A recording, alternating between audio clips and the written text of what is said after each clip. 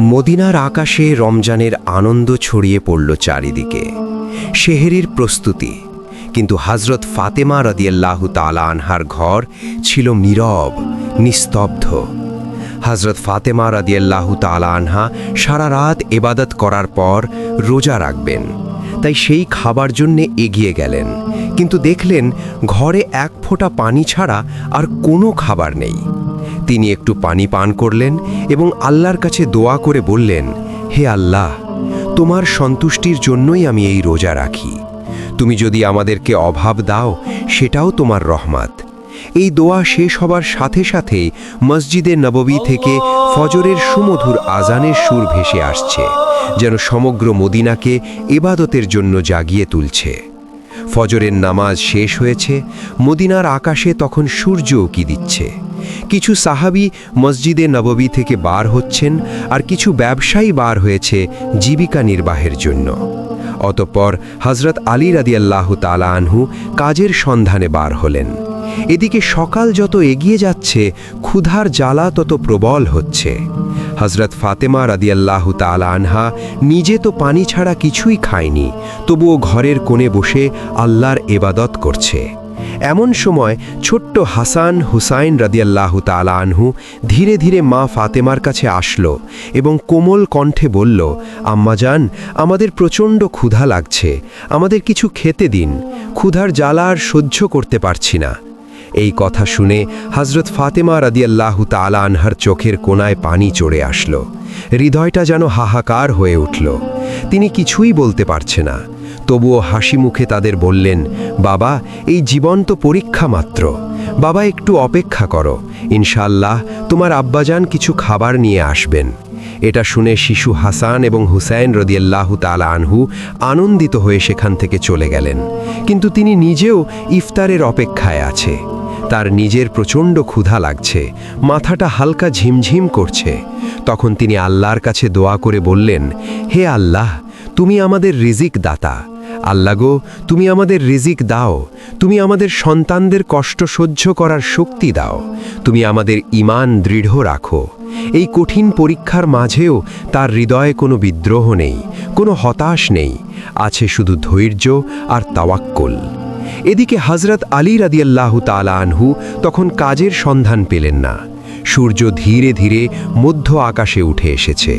উত্তপ্ত রোদ আর গরমের তীব্রতা মদিনার মাটিকে ঝলসে দিচ্ছে, কিন্তু বাড়ির কথা ভাবতে ভাবতে হযরত আলী রাদিয়াল্লাহু তাআলা আনহুর চোখে পানি চলে আসলো। অবশেষে হযরত আলী রাদিয়াল্লাহু তাআলা আনহু এক সাহাবীর বাড়িতে গেলেন এবং সালাম দিয়ে বললেন, ভাই, আমাদের বাড়ি কোনো খাবার নেই, কোনো কাজের সন্ধান দিতে পারবেন? তখন সাহাবী বলল, ইয়া আলী, আল্লাহর কসম, আমি যদি কিছু পেতাম তাহলে নিশ্চয়ই তোমার জন্য রাখতাম, কিন্তু আমার ঘরেও কয়েকদিন চুলায় আগুন জ্বলেনি, আমিও না খেয়ে আছি। এই কথা শুনে হযরত আলী রাদিয়াল্লাহু তাআলা আনহু স্তব্ধ হয়ে গেল। তখন তিনি সান্ত্বনা দিয়ে বললেন, নিশ্চয়ই আল্লাহ তাআলা কোনো না কোনো ব্যবস্থা করবেন। অতঃপর হযরত আলী রাদিয়াল্লাহু তাআলা আনহু আবারও কাজের সন্ধানে বার হলেন। কিছুদূর যাবার পর মনে মনে ভাবল, শহরের শেষ প্রান্তে একজন ধনী ব্যবসায়ী বাস করে, তার কাছে গেলে কেমন হয়, হয়তোবা কোনো কাজের ব্যবস্থা হতে পারে। এই চিন্তা করে সেই ধনী ব্যবসায়ীর বাড়ির দিকে যেতে লাগলেন। এদিকে হযরত ফাতেমা রাদিয়াল্লাহু তাআলা আনহা দরজায় দাঁড়িয়ে হযরত আলী রাদিয়াল্লাহু তাআলা আনহুর বাড়ি ফেরার অপেক্ষায় করুণ নয়নে চেয়ে আছে। ঠিক তখনই শিশু হাসান ও হুসাইন রাদিয়াল্লাহু তাআলা আনহু ক্ষুধার জ্বালা সহ্য করতে না পেরে তার কাছে এসে কোমল কণ্ঠে ফিসফিস করে বলল, আম্মাজান, আব্বাজান কখন বাড়ি আসবে? এই কথা শুনে হযরত ফাতেমা রাদিয়াল্লাহু তাআলা আনহার বুক ফেটে যেতে লাগল, চোখের কোণে অশ্রু চিকচিক করতে লাগল। তবুও তিনি তাদের সান্ত্বনা দিয়ে বললেন, বাবা, একটু ধৈর্য ধরো, নিশ্চয়ই আল্লাহ আমাদের সাহায্য করবেন। অতঃপর হযরত আলী রাদিয়াল্লাহু তাআলা আনহু সেই ধনী ব্যাপারীর বাড়ি গিয়ে সালাম দিয়ে বললেন, ভাই, আপনার কাছে কোনো কাজ আছে? আমি কাজ করতে চাই।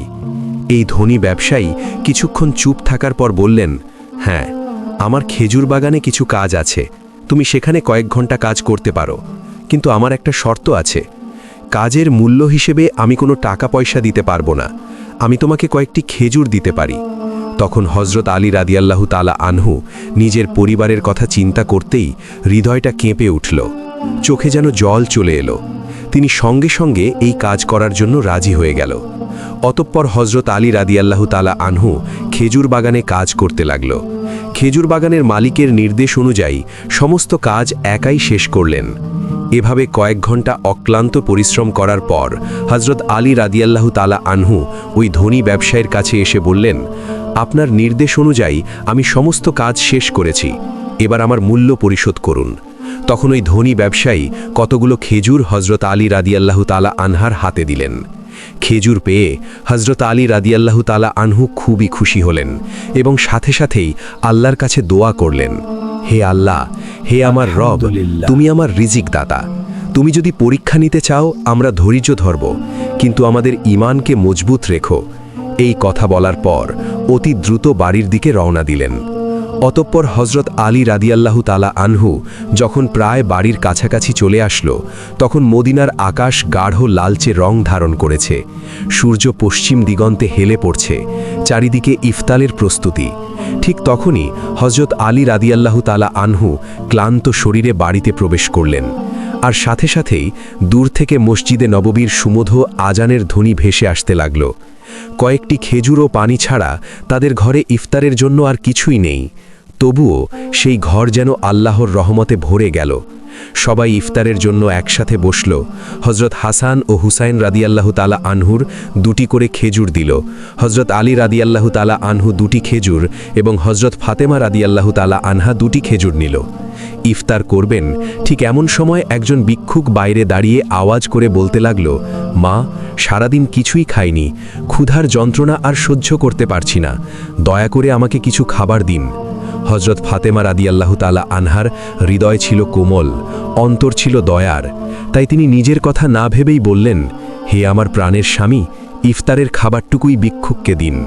হজরত আলী রাদিয়াল্লাহু তাআলা আনহু বললেন, হে ফাতেমা, তুমি কি খেয়ে ইফতার করবে? তখন ফাতেমা রাদিয়াল্লাহু তাআলা আনহা বললেন, আমি শুধুমাত্র পানি পান করেই ইফতার করব। হজরত আলী অবাক হলেন, আর কিছুই বললেন না। সেই খাবারটুকু ভিক্ষুককে দিয়ে দিলেন এবং তিনি দোয়া করলেন, হে আল্লাহ, হে আমার রব, তুমি আমাদের এই ত্যাগ তুমি কবুল করে নিও। পরের দিন রোজা রাখার জন্য হজরত ফাতেমা রাদিয়াল্লাহু তাআলা আনহা শুধু পানি পান করলেন। অতঃপর পরের দিন সকালবেলা হজরত আলী রাদিয়াল্লাহু তাআলা আনহু ইফতারের জন্য কিছু আটা সংগ্রহ করে বাড়ি আনলেন। তখন হজরত ফাতেমা রাদিয়াল্লাহু তাআলা আনহা সেই আটা দিয়ে কয়েকটি রুটি বানালেন। এভাবেই সারা দিন যখন অতিক্রম হয়ে ইফতারের সময় চলে আসলো, তখন চারিদিকে ইফতারের প্রস্তুতি, খুশির আমেজ। কিন্তু হজরত ফাতেমা রাদিয়াল্লাহু তাআলা আনহার ঘর নীরব নিস্তব্ধ। তিনিও রোজা রেখেছিলেন, কিন্তু সামান্য কয়েকটা রুটি আর পানি ছাড়া ঘরে আর কিছুই নেই। কষ্ট, অভাব, তবুও ধৈর্যের এক অপূর্ব সৌন্দর্য ফুটে উঠেছিল সে ঘরে। ছোট্ট হাসান ও হুসাইন রাদিয়াল্লাহু তাআলা আনহু, হজরত আলী রাদিয়াল্লাহু তাআলা আনহু সবাই বাড়িতে ফিরে আসতে লাগলেন। ইফতারের সময় হয়ে গেছে, সবাই একসাথে বসে ইফতার করবে। সবাইকে মাত্র 2টি করে রুটি দিলেন। খেতে যাবে এমনি সময় আবারও বাইরে থেকে এক করুণ কণ্ঠ ভেসে আসলো, ইয়া আহলুল বায়াত, আমি 3 দিন ধরে অভুক্ত। আমি শুনেছি তোমরা আল্লাহর পথে দানশীল। যদি কিছু খাবার থাকে আমাকে দেবে, ক্ষুধার যন্ত্রণা সহ্য করতে পারতেছি না। হজরত ফাতেমা রাদিয়াল্লাহু তাআলা আনহা ছিলেন অত্যন্ত দানশীল, তাই তিনি হজরত আলী রাদিয়াল্লাহু তাআলা আনহুকে বললেন, হে আমার প্রিয় স্বামী, এই ভিক্ষুককে রুটিগুলো দান করে আসুন। তিনি বললেন, হে ফাতেমা, তুমি খাবে না? হজরত ফাতেমা রাদিয়াল্লাহু তাআলা আনহা বললেন, আমার যদি ক্ষুধা লাগে তবে সেও তো ক্ষুধার কষ্টে কাতরাচ্ছে। আমরা তো দুনিয়ার সুখের জন্য সৃষ্টি হইনি, আমাদের তো আল্লাহর সন্তুষ্টি অর্জন করাই একমাত্র উদ্দেশ্য। তখন হজরত আলী রাদিয়াল্লাহু তাআলা আনহু দেখলেন মা ফাতেমার হাতে শুধুমাত্র পানি ছাড়া আর কিছুই নেই। তিনি সেই ভিক্ষুককে রুটিগুলো দিয়ে আসলেন। মনে মনে বলতে লাগলেন, হে ফাতেমা, তুমি কি জানো তুমি কেমন পরীক্ষা দিচ্ছ? নিজে না খেয়ে অপরকে খাওয়ালে নিশ্চয়ই আল্লাহ তোমার এই দান কবুল করবে। ঠিক ওই সময় আল্লাহ রাব্বুল আলামিন হজরত জিবরাইল আলাইহিস সালামকে হুকুম করলেন, জিবরাইল, তুমি যাও আমার প্রিয় হাবিব মুহাম্মাদের প্রিয় কন্যা ফাতেমা যেভাবে ত্যাগ, ধৈর্য, কঠিন পরীক্ষা দিয়েছে তা অতুলনীয়। নিজে না খেয়ে অপরকে খাবার দিয়েছে। তার ঘরে এখন খাবার নেই, তুমি জান্নাত থেকে তাদের জন্য খাবার নিয়ে যাও। এই হুকুম পাওয়া মাত্রই হযরত জিবরাইল আলাইহিসসালাম জান্নাত থেকে সুগন্ধি রুটি, খেজুর, মধু নিয়ে হযরত আলী রাদিয়াল্লাহু তাআলা আনহুর বাড়ির দরজার সামনে মানুষ রূপে হাজির হলেন। তখন হযরত ফাতেমা রাদিয়াল্লাহু তাআলা আনহা শুধুমাত্র পানি পান করে আবার আল্লাহর ইবাদতে মগ্ন ছিলেন। ঘরের বাইরে থেকে আবার এক আওয়াজ ভেসে আসলো, হে আহলুল বায়াত। এই কণ্ঠ শুনে হযরত আলী চমকে উঠলেন। তখন হযরত আলী রাদিয়াল্লাহু তাআলা আনহু ঘরের বাইরে বার হয়ে দেখলেন একজন সুপুরুষ হাতে একটি পাত্র নিয়ে দাঁড়িয়ে আছে। তিনি জিজ্ঞেস করলেন, আপনি কে? অপর দিক থেকে উত্তর এলো, আমি আল্লাহর পক্ষ থেকে প্রেরিত একজন দাস। তোমরা যেভাবে তোমাদের ক্ষুধা সহ্য করে অন্যের মুখে খাবার তুলে দিয়েছ, আল্লাহ তোমাদের জন্য জান্নাতের রিজিক পাঠিয়েছেন। এই কথা শোনা মাত্রই হযরত আলী রাদিয়াল্লাহু তাআলা আনহুর অন্তর কেঁপে উঠল, তার চোখে জল ভরে গেল। অতপর জিবরাইল আলাইহিসসালাম খাবারগুলি দিয়ে সেখান থেকে বিদায় নিলেন। তখন হযরত আলী রাদিয়াল্লাহু তাআলা আনহু খাবারগুলি নিয়ে ঘরে প্রবেশ করলেন এবং বললেন, হে ফাতেমা, দেখো দেখো দেখো আমাদের রব কত মহান, আমাদের জন্যে জান্নাত থেকে রিজিক পাঠিয়েছেন। এই কথা শুনে হযরত ফাতেমা রাদিয়াল্লাহু তাআলা আনহা ধীরে ধীরে সেখানে গেলেন। এগুলি দেখে বিস্ময়ে হতবাক হয়ে গেলেন। এক মধুময় নয়নে ওই পাত্রের দিকে তাকিয়ে রইলেন আর মনে মনে ভাবতে লাগলেন, হে আল্লাহ, তুমি কতই না মহান। তিনি বুঝতে পারলেন এটি কোনো সাধারণ খাবার নয়। এত সুগন্ধি, রুটি, মধু, খেজুর, এ তো জান্নাতের খাবার। এদিকে শিশু হাসান এবং হোসাইন রাদিয়াল্লাহু তাআলা আনহু সেখানে এসে বললেন, আম্মাজান, এই খাবারগুলো কাদের এবং কোথা থেকে এসেছে? তখন হযরত ফাতেমা রাদিয়াল্লাহু তাআলা আনহা তাদেরকে বললেন, বাবা, খাবারগুলো আমাদের মহান আল্লাহ রাব্বুল আলামিন আমাদের জন্য জান্নাত থেকে খাবার পাঠিয়েছেন। হযরত হাসান এবং হুসাইন রাদিয়াল্লাহু তাআলা আনহু বললেন, আম্মাজান, এটা কি সত্যি? তিনি বললেন, বাবা, এটা সত্যি, এটি আল্লাহর রহমত। সেই সময় হযরত ফাতেমা রাদিয়াল্লাহু তাআলা আনহার চোখে জল টলমল করছিল। তখন তারা সবাই আল্লাহর শুকরিয়া আদায় করলেন। খাবার মুখে দেওয়ার পরেই তাদের চোখ থেকে অশ্রু ঝরে পড়ল। এই খাবার ছিল আল্লাহর ভালোবাসার প্রমাণ। অতপর পরের দিন সকাল থেকেই সমগ্র মদিনার অলিতে গলিতে এই খবর প্রকাশ হয়ে গেল যে হযরত ফাতেমা রাদিয়াল্লাহু তাআলা আনহার ঘরে আল্লাহর পক্ষ থেকে জান্নাত থেকে খাবার এসেছে। এমনকি স্বয়ং রাসূল সাল্লাল্লাহু আলাইহি ওয়াসাল্লাম জানতে পারলেন। এই খবরটি পেয়ে অনেকেই অবাক হলেন, অনেকে আনন্দিত হলেন, আবার অনেকের ঈমান আরও মজবুত হলো। কিন্তু অন্যদিকে অনেক মুনাফিক যারা সন্দেহপ্রবণ ছিল, তাদের এই কথাটি কোনো মতেই বিশ্বাস হচ্ছিল না। তাদের মধ্য থেকে একজন একদল লোকের কাছে গিয়ে বলল, তোমরা কি সত্যিই বিশ্বাস করো যে জান্নাত থেকে খাবার আসতে পারে? তখন ওই লোকগুলো বলল, আল্লাহ তাআলা চাইলে সব কিছুই সম্ভব, কিন্তু শুধুমাত্র ফাতেমার জন্য কেন জান্নাত থেকে খাবার আসবে? এসব সন্দেহপ্রবণ কথা ধীরে ধীরে মদিনার অলিতে গলিতে ছড়িয়ে পড়ল। যখন মুহাম্মদ সাল্লাল্লাহু আলাইহি ওয়াসাল্লামের কানে খবরটি পৌঁছালো, তখন তিনি সবার উদ্দেশ্য করে বললেন, হে মদিনাবাসী, তোমরা কি বিশ্বাস করো না যে আল্লাহ তার বান্দাদের জন্য অলৌকিক ব্যবস্থা করতে পারেন? যদি আল্লাহ মেরাজের রাতে আমাকে জান্নাতে নিয়ে যেতে পারেন, তবে তিনি কি আমার কন্যার জন্য জান্নাতের খাবার পাঠাতে পারেন না? আমার কন্যা ফাতেমা জান্নাতের নারীদের সর্দারিনী। আল্লাহ তাকে যে মর্যাদা দিয়েছেন তা অতুলনীয়। এই ঘটনা তার সেই মর্যাদার আরেকটি নিদর্শন। অতপর হযরত মুহাম্মদ সাল্লাল্লাহু আলাইহি ওয়াসাল্লাম সূরা আত-তালাকের একটি আয়াত তেলাওয়াত করে শোনান, যার বাংলা অর্থ, যে ব্যক্তি তাকওয়ার পথে চলে, আল্লাহ তাকে এমনভাবে রিজিক দান করেন যা সে কল্পনাও করতে পারে না।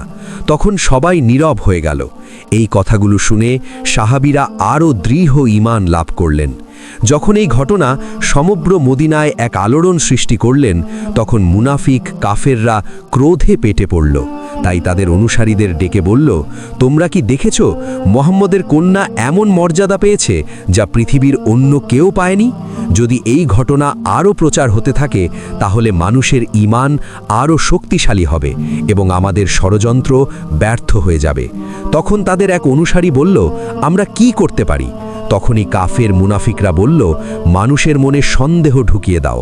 তোমরা বলবে, এ তো কেবল একটি গল্প, হয়তো ফাতেমা স্বপ্ন দেখেছেন। আরও বলবে, মোহাম্মদ শুধু তার কন্যার মর্যাদা বাড়ানোর জন্য এমন কথা বলছেন। আমরা তো কখনোই জান্নাতের খাবার দেখিনি, হয়তো এটি একটি গল্প। এই কথা মতো পরের দিন থেকে কাফের মুনাফিকদের দল অলিতে গলিতে বাড়িতে বাড়িতে গিয়ে প্রচার করতে লাগল যে এটি একটি মিথ্যা গল্প।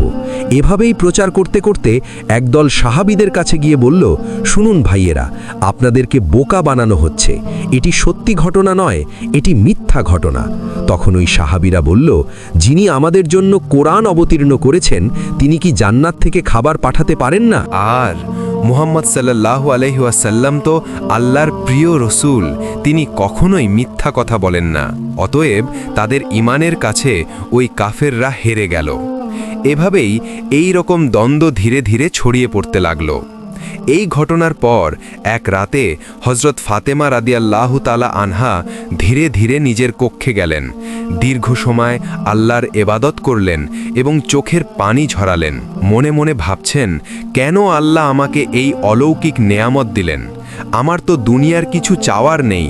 আমার একমাত্র চাওয়া আল্লাহ যেন আমাদের সবাইকে জান্নাতে একসঙ্গে রাখেন। অতঃপর তিনি আল্লাহর কাছে দোয়া করে বললেন, হে আল্লাহ, তুমি আমাকে এমন সম্মানিত করেছ যার জন্য আমি যোগ্য নই।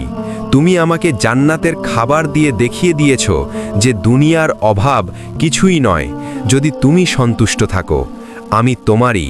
আমার সন্তানদের তুমি হেফাজত করো, আমার স্বামীকে তুমি বরকতময় করো, আর আমার আব্বাকে তুমি জান্নাতের সর্বোচ্চ স্তরে উত্তীর্ণ করো। অতঃপর পরদিন সকালে মদিনার চারিদিকে আলোড়ন সৃষ্টি হলো। তখন হযরত আবু বকর রাদিয়াল্লাহু তাআলা আনহু এবং হযরত উমর রাদিয়াল্লাহু তাআলা আনহু এই অলৌকিক ঘটনা শোনার পর নবীজি সাল্লাল্লাহু আলাইহি ওয়াসাল্লামের কাছে ছুটে এলেন এবং বললেন, ইয়া রাসূলাল্লাহ, এই ঘটনা আমাদের জন্য এক বিরাট নিদর্শন। এটি আমাদের ঈমান আরও দৃঢ় করেছে। তখন হযরত উমর রাদিয়াল্লাহু তাআলা আনহু বললেন, আমরা কি এই খাবারের কোনো অংশ দেখতে পারি? নবীজি সাল্লাল্লাহু আলাইহি ওয়াসাল্লাম হাসলেন এবং বললেন, হে ওমর, এটি এমন এক নেয়ামত যা শুধু আল্লাহ যাকে ইচ্ছা করে তাকেই দান করেন। কিন্তু এটি শুধু খাবারের ব্যাপার নয়, বরং এটি এক মহান শিক্ষা। এই কথা শুনে সাহাবীদের হৃদয় পুরো শান্তিতে ভরে গেল। অবশেষে হযরত মুহাম্মদ সাল্লাল্লাহু আলাইহি ওয়াসাল্লাম হযরত ফাতেমা রাদিয়াল্লাহু তাআলা আনহার বাড়িতে এলেন। তো জানতেন তার কন্যা ফাতেমা শুধু তার মেয়ে নয়, বরং তিনি ইসলামের এক মহান আদর্শ। রাসূল সাল্লাল্লাহু আলাইহি ওয়াসাল্লাম মৃদু হেসে বললেন, হে আমার কলিজার টুকরো ফাতেমা, তুমি জান্নাতের নারীদের নেত্রী, আর এই খাবার তোমার মর্যাদারই প্রমাণ। তখন হযরত ফাতেমা রাদিয়াল্লাহু তাআলা আনহা বিনয়ের সাথে মাথা নিচু করলেন এবং বললেন, ইয়া রাসূলাল্লাহ, আমি তো শুধুই একজন দুর্বল বান্দা। এই সম্মান একমাত্র আল্লাহর রহমতে। নবীজি সাল্লাল্লাহু আলাইহি ওয়াসাল্লাম সন্তুষ্টিতে বললেন, হ্যাঁ, কিন্তু আল্লাহ তার প্রিয় বান্দাদেরই এই রহমত দেন। তুমি ধৈর্য ধরেছ, তুমি তাকওয়ার পথ অবলম্বন করেছ, আর তাই তিনি তোমাকে জান্নাতের খাবার দ্বারা সম্মানিত করেছেন। এই মুহূর্তটি ছিল এক অপার্থিব প্রশান্তির মুহূর্ত। হযরত মুহাম্মদ সাল্লাল্লাহু আলাইহি ওয়াসাল্লাম হযরত আলী রাদিয়াল্লাহু তাআলা আনহু, হযরত ফাতেমা রাদিয়াল্লাহু তাআলা আনহা ও হাসান হোসাইনের দিকে তাকিয়ে বললেন, আমি কসম করে বলতে পারি, তোমার অন্তরে যে পরিপূর্ণ ঈমান আছে তা আমাদের সকলের জন্য এক আদর্শ। হযরত ফাতেমা রাদিয়াল্লাহু তাআলা আনহা চোখের পানি মুছে মৃদু হেসে বললেন, আমরা সবাই একদিন জান্নাতে এই খাবারের স্বাদ উপভোগ করব ইনশাআল্লাহ। তখন মুহাম্মদ সাল্লাল্লাহু আলাইহি ওয়াসাল্লাম হাত তুলে দোয়া করলেন, হে আল্লাহ, তুমি আমার ফাতেমাকে, আমার আলীকে, আমার হাসান ও হুসাইনকে এবং আমার উম্মহকে জান্নাতের সেরা নেয়ামত দান করো। অতঃপর হজরত মুহাম্মদ সাল্লাল্লাহু আলাইহি ওয়াসাল্লাম সেখান থেকে চলে আসলেন। সেই সময় বনি সালিম গোত্রের এক লোক প্রিয় নবীজির মহাশত্রু ছিল। সে একাই নবীজি সাল্লাল্লাহু আলাইহি ওয়াসাল্লামের বাড়ির কাছে এসে বললেন, হে মুহাম্মদ, তুমি বাইরে এসো, তোমার গলা না কাটা পর্যন্ত আমার হাত স্থির হবে না। এমনি অমানবিক কথাবার্তা বলতে লাগলো। তখন হজরত উমর ফারুক রাদিয়াল্লাহু তাআলা আনহু ও বেশ কয়েকজন সাহাবী লোকটার এরূপ আচরণ দেখে খুবই রেগে গেলেন এবং বললেন, ইয়া রাসূলুল্লাহ, আপনি অনুমতি দিলে এই শয়তানকে তলোয়ার দিয়ে দ্বিখণ্ডিত করে দেই। তখন নবী করিম সাল্লাল্লাহু আলাইহি ওয়াসাল্লাম ঘরের বাইরে এসে সাহাবীদেরকে বললেন, সাবধান, তোমরা ওকে কিছুই বলবে না। কেননা ও তো এটাই জানে না যে আল্লাহ কে, তার নাবী কে এবং ইসলাম কি। যখন এগুলো বুঝতে পারবে তখন আর এই রূপকথা মুখে উচ্চারণ করবে না। অতঃপর রাসূল সাল্লাল্লাহু আলাইহি ওয়াসাল্লাম ধীরে ধীরে লোকটির কাছে এসে অতি নম্র ভাষায় মিষ্টি সুরে বললেন, তুমি আমার উপর এমন রাগান্বিত হলে কেন? এই আসমান, জমিন, মানুষ, বিশ্বজগতের একমাত্র সৃষ্টিকর্তা যিনি, আমি তো শুধু তার কথাই বলি। আমি শুধু তার উপর ঈমান আনার জন্যই সবাইকে ডাকি। একমাত্র আল্লাহকে ভয় করো, যিনি অসীম ক্ষমতাশালী এবং সর্বশক্তিমান। তাই বলছি, গর্ব ও অহংকার আর ক্রোধ হিংসা বাদ দিয়ে সেই মহান আল্লাহকে ভয় করো আর আযাবকে ভয় করো, নয়তো অনন্ত অসীমকাল কঠিন আযাব ভোগ করতে হবে। রাসূল সাল্লাল্লাহু আলাইহি ওয়াসাল্লামের মুখে এরূপ কথা শুনে তার কোমল ব্যবহার দেখে লোকটি স্তব্ধ হয়ে গেল। কিছুক্ষণ চুপ থাকার পর হঠাৎ বলে উঠল, নিশ্চয়ই মোহাম্মদ সাল্লাল্লাহু আলাইহি ওয়াসাল্লাম আল্লাহর প্রেরিত রাসূল। আমি আপনার কথায় বিশ্বাস স্থাপন করে এক আল্লাহর উপর ঈমান আনলাম। এই কথা বলার পর সাথে সাথেই নাবিজির হাতে হাত রেখে কলেমা পড়ে মুসলমান হয়ে গেল। তখন মোহাম্মদ সাল্লাল্লাহু আলাইহি ওয়াসাল্লাম সেই ব্যক্তিকে ঘরের মধ্যে নিয়ে গেলেন। তাকে জিজ্ঞাসা করলেন, তোমার বাড়িতে কে আছে? তুমি কিভাবে খাও এবং কিভাবে চলাফেরা করো? নানান প্রশ্ন করল। তখন লোকটি বলল, ইয়া রাসূলুল্লাহ, আমি হলাম বনি সালিম গোত্রের সবচেয়ে বেশি গরিব মানুষ। দিন মজুরি করে কোনো রকম সংসার চালাই, অধিকাংশ সময় না খেয়েই থাকি। তখন রাসূল সাল্লাল্লাহু আলাইহি ওয়াসাল্লাম উপস্থিত সাহাবীদের লক্ষ্য করে বললেন, তোমাদের মধ্যে এমন কেউ কি আছে যে একটি উট দান করবে? সঙ্গে সঙ্গে হজরত আব্দুল্লাহ ইবনে আব্বাস রাদিয়াল্লাহু তাআলা আনহু বললেন, ইয়া রাসূলুল্লাহ, আমার মাত্র একটি উট আছে, আমি সেইটি দান করলাম। তারপর রাসূল সাল্লাল্লাহু আলাইহি ওয়াসাল্লাম আবার বললেন, তোমাদের মধ্যে এমন কেউ কি আছো যে এই নতুন মুসলিম ভাইয়ের জন্য খাদ্যের ব্যবস্থা করবে? তখন হজরত সালমান ফার্সি বললেন, ইয়া রাসূলুল্লাহ, আপনি অনুমতি দিলে আমি কোনো না কোনো বাড়ি থেকে খাদ্যের ব্যবস্থা করতে পারি। অতঃপর হজরত সালমান ফার্সি ওই নবমুসলিমকে নিয়ে অনেক বাড়িতে গিয়ে খাদ্যের সন্ধান করতে লাগলেন, কিন্তু কোথাও কোনো খাবার পেলেন না। অবশেষে হজরত ফাতেমা রাদিয়াল্লাহু তাআলা আনহার বাড়িতে আসলেন। হজরত সালমান ফার্সি বললেন, হে ফাতেমা, এই নতুন মুসলিম ভাইয়ের খাবারের জন্য অনেক বাড়িতে ঘুরলাম, কিন্তু কোথাও কিছু পেলাম না। এখন তোমার ঘরে যদি কোনো খাদ্য থাকে তাহলে একে দিন। এই কথা শুনে হজরত ফাতেমা রাদিয়াল্লাহু তাআলা আনহার দুই চোখে অশ্রুসিক্ত হয়ে উঠল। তার হৃদয় ছিল কুসুমের মতো কোমল। তিনি সালমান ফার্সিকে সম্বোধন করে বললেন, ভাই, আমার ঘরেও কোনো খাবার নেই। আমার পুত্র হাসান এবং হোসাইন ক্ষুধার জ্বালায় আর সহ্য করতে পারছে না। খাবার দেবার মতো আমার কাছে কিছুই নেই, তবে আমার কাছে বেশ দামি একখানা ওড়না আছে। আমি সেটা ব্যবহার করি না। আপনি সেই ওড়নাটা নিয়ে ইহুদিদের বাড়ি যান এবং সেখান থেকে এই ওড়নাটা বিক্রি করে তার মূল্য দিয়ে কিছু আটা কিনে আমার এই নবমুসলিম ভাইয়ের জন্য খাদ্যের ব্যবস্থা করুন। এই কথা শুনে তাদের চোখ জলে ভিজে গেল। হজরত ফাতেমা রাদিয়াল্লাহু তাআলা আনহায় এমন ব্যবহার দেখে তারা অবাক হয়ে গেল। হজরত ফাতেমা রাদিয়াল্লাহু তাআলা আনহা দান, ত্যাগ ও ধৈর্যের যে জ্বলন্ত নমুনা পৃথিবীতে রেখে গিয়েছেন তা চিরদিনই ইসলামের ইতিহাসে স্বর্ণাক্ষরে উজ্জ্বল হয়ে থাকবে। আমরা যদি সবাই সামর্থ্য অনুযায়ী অসহায় গরিব মিসকিনদের সাহায্য করতে পারি, তাহলে ধনী গরিব সকলেই সুখী জীবনযাপন করতে পারব। প্রিয় দর্শক, আমরা সকলেই সেই দয়ালু, দানশীল, উত্তম চরিত্রের অধিকারী হজরত ফাতেমা রাদিয়াল্লাহু তাআলা আনহার মতো রাসূল সাল্লাল্লাহু আলাইহি ওয়াসাল্লামের মতো উত্তম চরিত্র ও দানশীল হতে পারি। আল্লাহ রাব্বুল আলামিন আমাদের সকলকে সেই তৌফিক দান করুক, আমিন। তো এই ছিল আমাদের আজকের ভিডিওটি কেমন লেগেছে তা অবশ্যই কমেন্ট করে জানাবেন। এমন আরও নবী রাসূল ও সাহাবায়ে কেরামের জীবন কাহিনী